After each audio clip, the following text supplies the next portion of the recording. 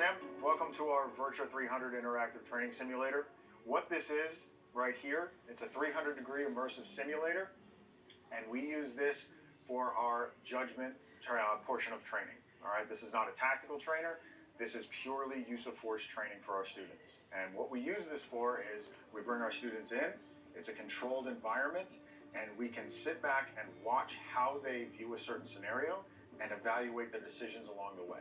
The whole system is on, it's totally immersive, a lot going on, a lot of decisions to make, and we evaluate them that way. It's a building block approach. Yeah, it's fascinating. Really cool technology and a lot of different toys here, looks like. What do we got going on? So it starts with the pistol. It's a Glock 19. This is our standard service pistol. And what this is an actual gun that has just been fitted by Virtua to have this little laser in it right here. We have a mag filled with CO2. It gets inserted into the weapon. And just like a normal weapon, it's ready to use. When I'm training students in here, I tell them all the time, this is not a video game. This is real. This is what you'll experience. And it starts with these tools here. One of the really cool capabilities of this is we can dim the lights on these screens. Whatever is illuminated by the flashlight or what would be is what you'll see on the screen. That's the basic rundown of the system, except for one really cool piece of kit. Okay. And that's this. This is our threat fire stress-inducing shock belt. We want to put them into that, oh my goodness, what's going to happen?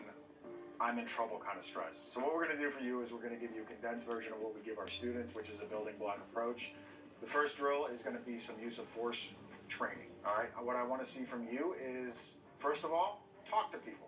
Then if you see them do something, you react how you think you would react. Okay? Make it as real as you can in your own head. Okay. Okay? That's what we're going to do first. Alrighty. I'm excited. Awesome. This is going to be great. Here, slight bend at the waist without hunching. Okay. This is just going to be a use of force drill. It's just a drill. There's no scenario attached to it. So here you go. It's on you now. Let me see your hand. What are you doing? Around.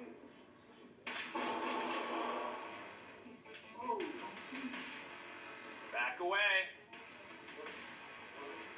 Okay. Back away. What are you reaching for? What are you reaching for?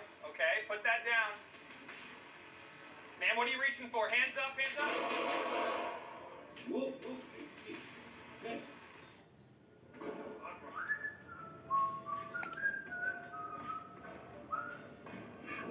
Good morning. Sir, can you, how are you today? I'm just doing my job. No? No? Would you put that down, please? Sir? Drop the bottle. Drop the bottle. Drop the bottle. All right. Actual stop. What we can do now, really cool feature of this system, is we can play back everything that you just went through. Okay. Not only will you see it, you'll see where you shot, where your impacts were.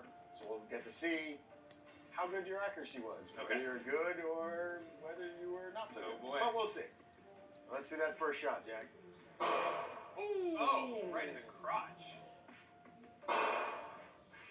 Follow-on shot was pretty good. Break it down into those three basic categories. Means, does he have the tools? Opportunity, can he get to me? Intent, does he mean to do it? Or do I believe, is it reasonable for me to believe that he needs to do it? Here he comes, and at that point, yeah, it's too late at this point.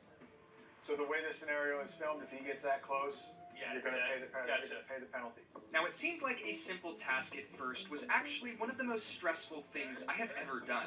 Your brain is wired to focus on what's directly in front of you. So 10.87, that's the time it took your mind. Even though you knew that was when deadly force was authorized, that's the time it took your mind to be like, okay, now squeeze the trigger. But I also had to be aware of all of my surroundings at the same time.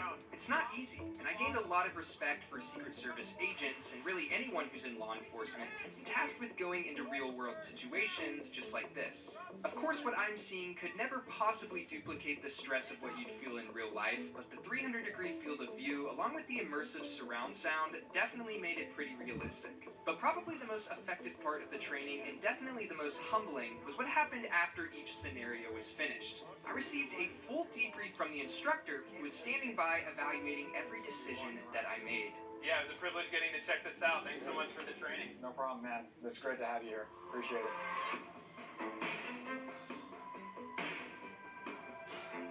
So what we're looking at here is literally a 3D model of a venue, right? I think you were saying it was the Republican National Convention, right? And Correct. you can study this and look at it and show the... Welcome to the Secret Service Ordnance Lab. Wow! There's a lot going on here. We have the lab for three primary reasons. First and foremost, this is a working classroom. We also use it for scientific testing. Just like that door we saw in the lobby, they pay me money to shoot things. So we have this collection. Part of my job is to preserve it for the future, right? So not the world's largest collection by any means. I know probably you have more in your basement, but we have credible and relevant law enforcement, military, and sporting weapon systems and other things which I'm about to show you. This is a Desert Eagle 50 caliber Action Express Smith & Wesson Model 500 submachine gun right here, AK-47 M9 Beretta. I sneak up on you, it's charged up.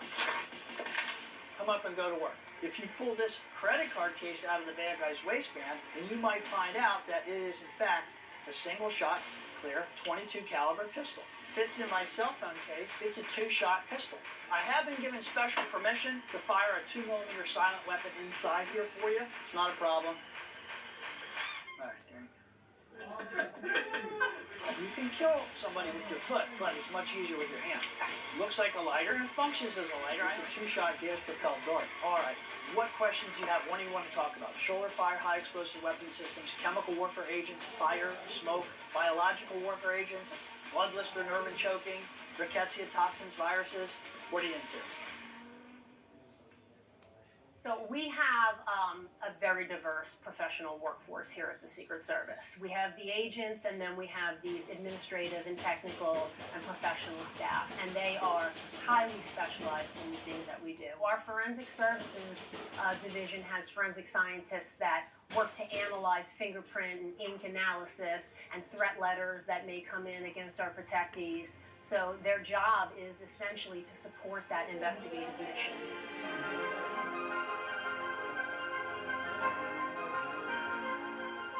Welcome to the International Ink Library. It is the largest ink library in the world. You can visit san.com/Ekholm, a link I've also included down in the description below, where you'll have access to the show's latest episodes. A huge thanks to Straight Arrow News for supporting the channel and making videos like this possible.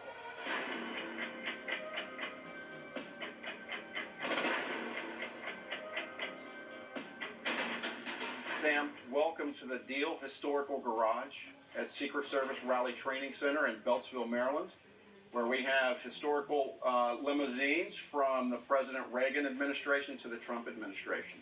And these are stunning vehicles. I think when anyone thinks Secret Service, this is what they're thinking about. They're thinking of the agents driving the black limousines and riding in the black Suburbans as well throughout history, up to and including today. So with vehicles dating back to the 80s, are these still operable? Can they be driven today? The key word is operable because they're not operational, but they're operable. So when we don't have students in training out here, the instructors will take them out on campus, drive them around, and make sure that the fluids and that the vehicles are operable and driven on a routine basis, and then brought back in here and cleaned up. Starting with the 1993 Cadillac that was utilized in President Clinton's administration, this is one of 3 parades that came off the manufactured assembly line in Detroit, Michigan, where it was cut, stretched, and raised, and then the ballistic material was in place at the armorers. Yeah, it's a beautiful vehicle. I was curious, is this custom made for the Secret Service, this one, or is this a model they sell to the public, just modified? Custom made, Yeah. no modifications for the public, obviously not for commercial use. That would be pretty sweet. I drove this one with President Clinton in here domestically and overseas. I mean, I'm sure this was a pretty sweet ride to be in while you were just cruising around town, huh? It is, you just got to soak it in, right? Understanding where you are and that you're standing or sitting, in this case, next to history. Fun fact here, too, about the seals. The presidential seals and the flags are only utilized when the president's in the vehicle on the record movement. So anytime that the president is on an off the record movement, there'll be no flags and seals, but then the president is an official movement when he is in the vehicle and moving, and we'll have the flags and the seals on the vehicle.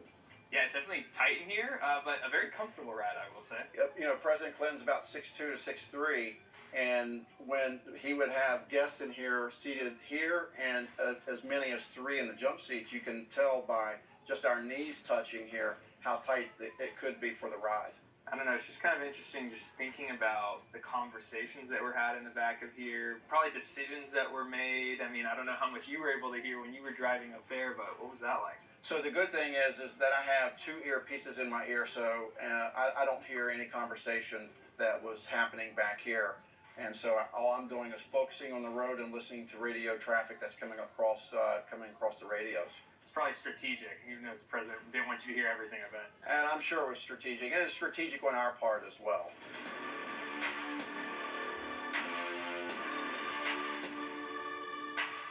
Moving on to the 2006 Cadillac that President Bush rode in, we utilized one of the parade vehicles from the 93 to develop additional ballistic material, ballistic capabilities with this, and creature comforts for the president and his guests riding into this. And there are multiple of them that were made, right? There's not just one, right? How many are actually in the service? Well, they made 8 of these. They budgeted 8 parade vehicles for here, and we have the last one in circulation right now. A couple more unique vehicles that we have here in the fleet. One of them is this 1983 Cadillac convertible follow-up vehicle. And the follow-up vehicle is the vehicle that is utilized where the president's shift agents ride in during a motorcade movement. So the agents are in the back of the motorcade, kind of just looking out for security stuff? Is that the point? The agents ride directly behind the limousine and what we term as the follow-up vehicle. So the president didn't actually ever ride on this one? Well, a couple times, President Reagan actually got into this vehicle on a couple different occasions. One at Augusta National Golf Course, October 22nd, 1983. And that story's pretty interesting, right? There's kind of like a hostage situation going on. There was a hostage situation that was going on, and this vehicle actually went across the fairway, loaded President Reagan into the vehicle, and moved him off the fairway to a secure location on the grounds. And on the wall, we have a picture of the agents that were standing on the running boards here with their weapons drawn and exposed as they were moving and whisking President Reagan away. Well, these are truly beautiful vehicles. They are. I hear we've got a couple more waiting outside. I think these are the ones I'm most excited about. Absolutely. So let's go outside and take a look at them. Let's do it.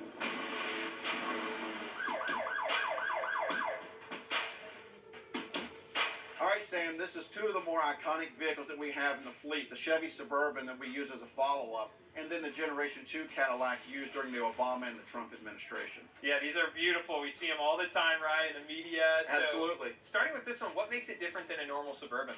So this one has ballistic capabilities with it. Our shift agents, those who are guarding the president, ride in this vehicle right behind the limo. And just kind of, I guess, directing our attention to this bad boy right here. The Beast, right? Why is it called the Beast? Well, the Beast was sort of coined by the media. We call it a parade limousine. This is a formal limousine that we utilize for the president. So what sort of upgrades were made with this latest edition versus the ones we kind of left off inside? So this was built off a scratch sheet of paper. So everything off of this was custom fabricated and custom built, and all the ballistic capabilities and ballistic materials are utilized in this. And I've always wondered, the Secret Service agents that drive this, do they apply for it?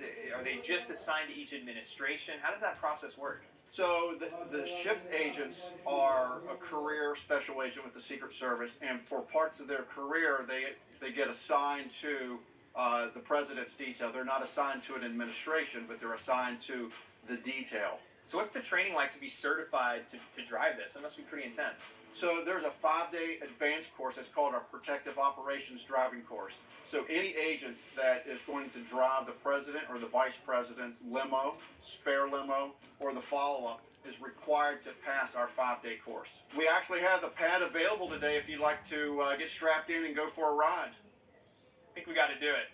Let's do it. Sam, what we're going to do here, this is the track that we put all the students on, whether they're basic students or whether they're advanced students going through the Protective Operations Driving Course. And we're going to do a simulation of driving through a cone course here, and we'll do some braking and some sliding, and it'll simulate some high-speed driving. Not in the limo, but some high-speed driving out here on the course. Is there anything I need to be prepared for specifically? Not really. Just have some fun? Yeah, we're just going to have fun. All right, well. You ready to go? You're ready. Let's right. do it. Oh my God. Bring it up to speed a little bit down here. Woo! Go towards the cone. Okay. Move it across. Whoa! Here. Oh my gosh! Oh. Come back up here into another turn. All right.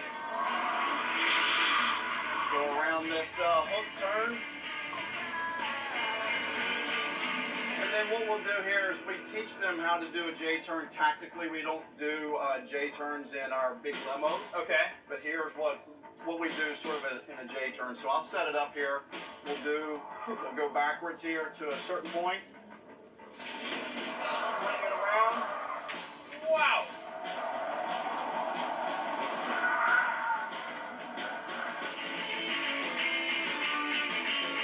There we have it.